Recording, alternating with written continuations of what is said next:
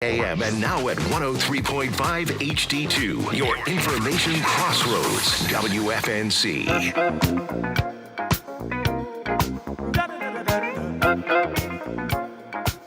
News Talk 640 WFNC. The face you see on the screen right now is one that hasn't been here in a little bit. But Scott EMBRY, we are happy to get back on track with you now. Yes, sir. Let me turn your mic back on here. Yeah. And turn your mic a little bit off to the side a little bit. So there could you move it over a little bit more over that way. More? Okay. Yeah, there you go. Now we good. can see you on there because you look like Pinocchio there for a second.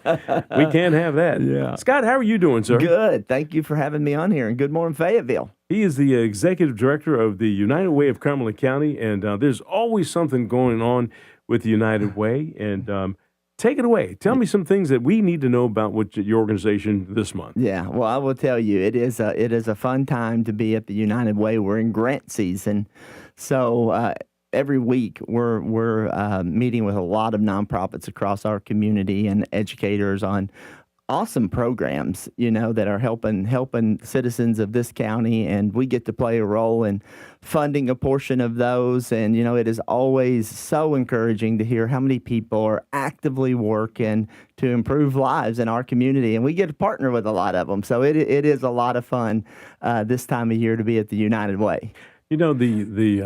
How long have you been with them? You're kind of new. Yeah, still fairly new. It'll be 2 years the last day of this month. What has impressed you about this community? Where did you come from, and what has impressed you about this community? I came here from Eastern Tennessee, but I spent my career in the media industry, and I traveled around a lot. And Fayetteville is the only community I ever moved back to. And it's the same reason that I'm impressed with it. It's a generous community where people care deeply, and you can jump in and get going today. You ain't got to earn it. You just got to jump in and get involved. And, this community really responds to that. And I think it's because it's such a transient community where people are here for a short season, so the community's learned to get the value out of them while you got them.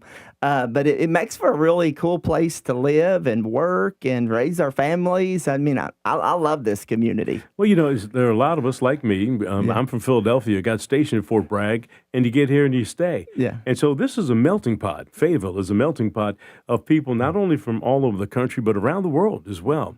And just like the 82nd Airborne Division, if you're stationed in the division, I've never been stationed in it. I was at 3rd, 5th Signal in the 18th Airborne Corps.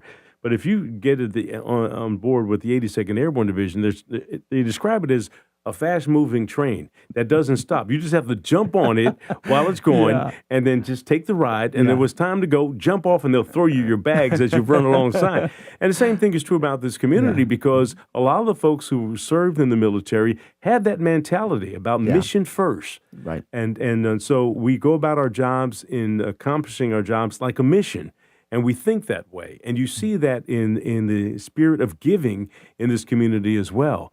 It's, there's a lot of jobs that, people say, that's not my responsibility. But folks in the military pick up the slack. Yeah. And do you see that happening? Absolutely. Talk about that a little bit and how that comes to play when you talk about taking care of organizations. Yeah, I think there's a book I read recently called Extreme Ownership.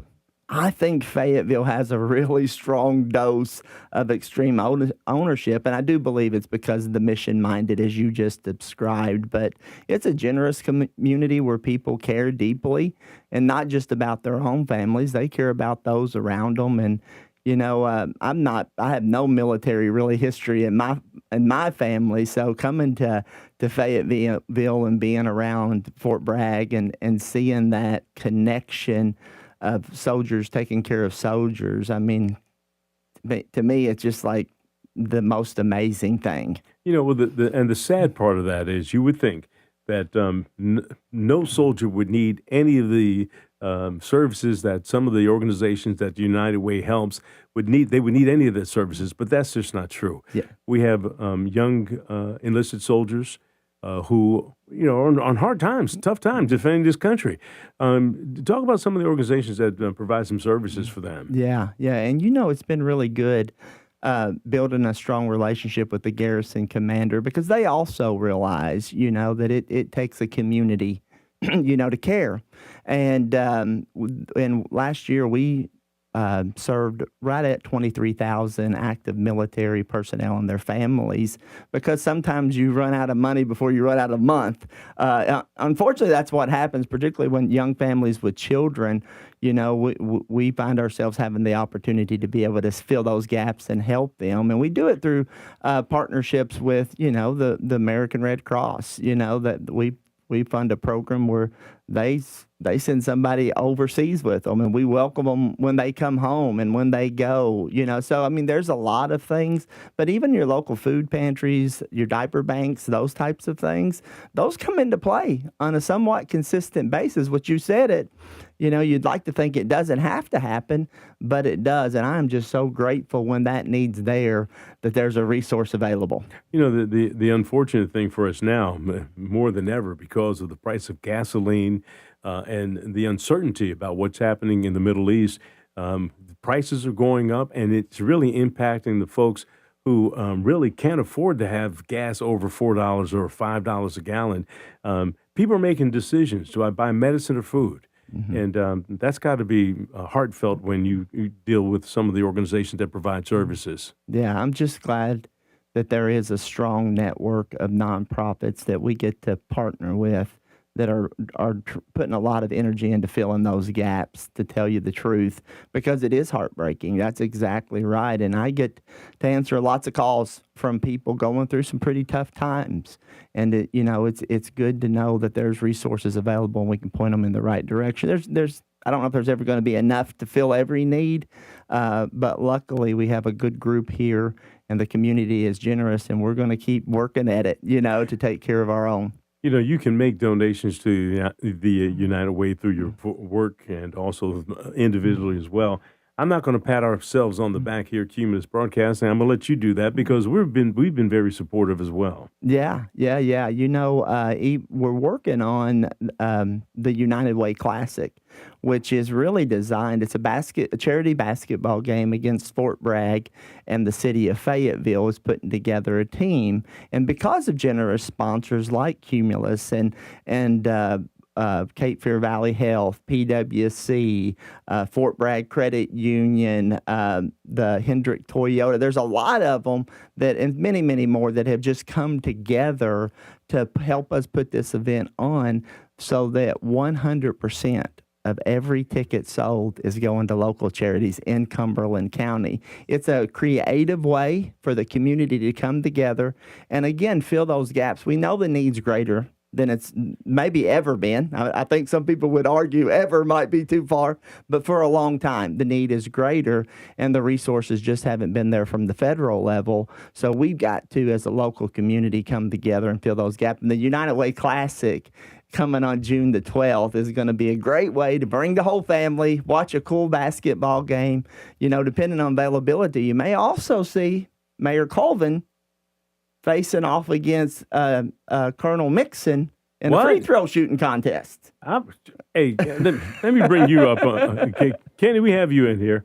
I'll take the mayor to the hoop. I'm 70, he's 50, but he's still a senior. I'll take the mayor to the hoop, too. Throw me in that ring. Can you play basketball? Not like you, and I would love to see you and the mayor. In fact, I thought about that. I was thinking, wow, wouldn't that be a great little sponsored thing? But you've already got it going on, all right, Scott? Yeah. We're continuing the Fort Bragg versus the city of Fayetteville theme throughout. Sure. So we also have the Colonel Mont, who leads Womack Medical Hospital, who's been so good to us, will be taking on Jody Phelps from the city in a little contest as well. So we're trying to continue that throughout the event.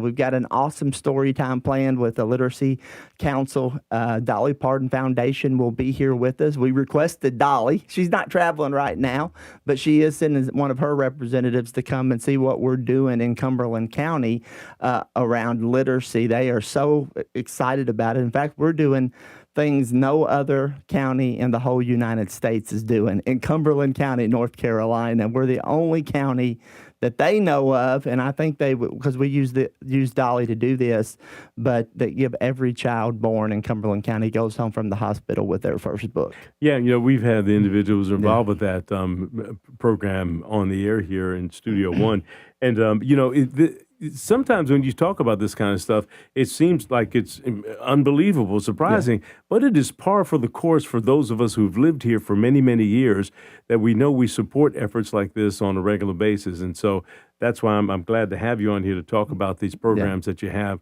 How many different agencies do you service? You know, I was just looking at this this past week because I'm preparing to make an talk at the Chamber Coffee Club next week. And really, when you look at the totality of the nonprofit community, there's not many we don't work with. Now, we fund 20-something programs on a consistent basis, but annually we support lots of other nonprofits. So, you know, we're lucky. The United Way Network, it is a force of good in this community. It has been. In fact, today is our 87th anniversary. Today, 87 years. Today is when the United Way came to be, and it was originally started as the community chest. And, you know, it started by nonprofits to relieve some of the fundraising pressure for them so they could work on putting programs on the ground to care for people. And, you know, after 87 years, that model still works really, really well. So we get to work with the majority of the nonprofit community in some capacity, whether we're funding them or we're collaborating with them.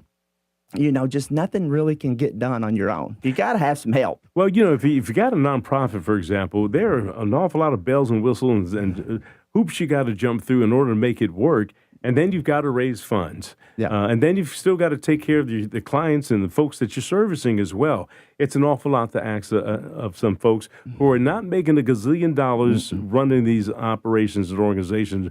And one of the main ones that come to mind is the Fayetteville Urban Ministry with Johnny Wilson over there, and the efficiency at which they run that organization, with a good portion of their dollars actually going back into the program. That's right. And you really got to pat them on the back when they do that. Yeah, you know, we have been long-term partners with Fayetteville Urban Ministry for that very reason. You know, the confidence you have, we also have in them. And, you know, we need organizations of that caliber and capacity to get things done, you know, in Fayetteville and Cumberland County. And yeah, they're just one example of people that are passionate and talented. We got a couple of minutes. I've gotten the peace sign. When he does like this, that doesn't mean peace. Like the victory, peace. I'm bringing you up, Kenny. Kenny, he gives me hand signs sometimes, and he messes up sometimes. He'll start doing like this. I think he's with the Crips. Well, yeah, but I've got the peace, and don't go more than 50 seconds, or else it's going to be the 1 minute sign. Okay. You know what happened last time. Yeah. All right. Well, Scott, that means that this is your last opportunity to drive home whatever point you need to make. Yeah. And we're glad to have you back here. Is there anything coming up that you really want people to know about? There's two things, and I can cover them quick. So first of all, Days of Caring, our annual event that takes place the first week in May. We have projects across the nonprofit community that people can volunteer in. We had over 100 new volunteers last year show up. So we've added new programs this year. Go on our website, click on volunteer, and you can learn all about it. The second thing is the United Way Classic, one more time, is coming here on June 12th at the Crown Coliseum. We have 10,000 tickets to sell. They're only $10 a piece. If you go to the box office and buy them, if you go through Ticketmaster, there's a nice little convenience fee that everybody is accustomed to. But they're all $10. So the ones that get in first are going to be right on the floor. You know, so that's the urgency. First come, first serve, baby. First serve, and you can pick your seat for $10. Yeah. It is going to be a fantastic evening. And again, 100% of those ticket sales is going right back to the local nonprofit community. Well, you know, I was just involved with the Crop Walk for Hunger downtown, and it is neat to see the community come together for events like this. So, Scott, we appreciate you. Scott EMBRY, the Executive Director of the Cumberland County United Way of Cumberland County. Yes, sir. And so you come, what's your schedule? Every second? Usually the second Friday. Fridays. Yeah, at 8:20. All right, we'll get you back on that schedule. You were on vacation and we missed one, and then it was, but we're going to get you back on the regular schedule because there's always something going on with the United Way. Exciting things happening for sure. All right, thanks so much. Mm-hmm. You're listening to News Talk 640 WFNC. We've got Fayetteville's most dependable forecast with CBS 17 meteorologist Rachel Dunsing. Our Monday will be partly cloudy with a high of 85. Overnight will be mostly clear with a low of 61, and Tuesday will be mostly sunny with a high of 89. Temperatures the rest of this week are going to be hot, soaring into the 90s, and we will stay rain-free until a cold front arrives late Sunday. That is your Fayetteville forecast. I'm CBS 17 meteorologist Rachel Dunsing. And right now, we've got 61 here in Fayetteville. It's a very nice morning. Yeah, we do. Fayetteville, Fort Bragg, and Bun Level. You're listening to News Talk 640 WFNC. This report is sponsored by the C.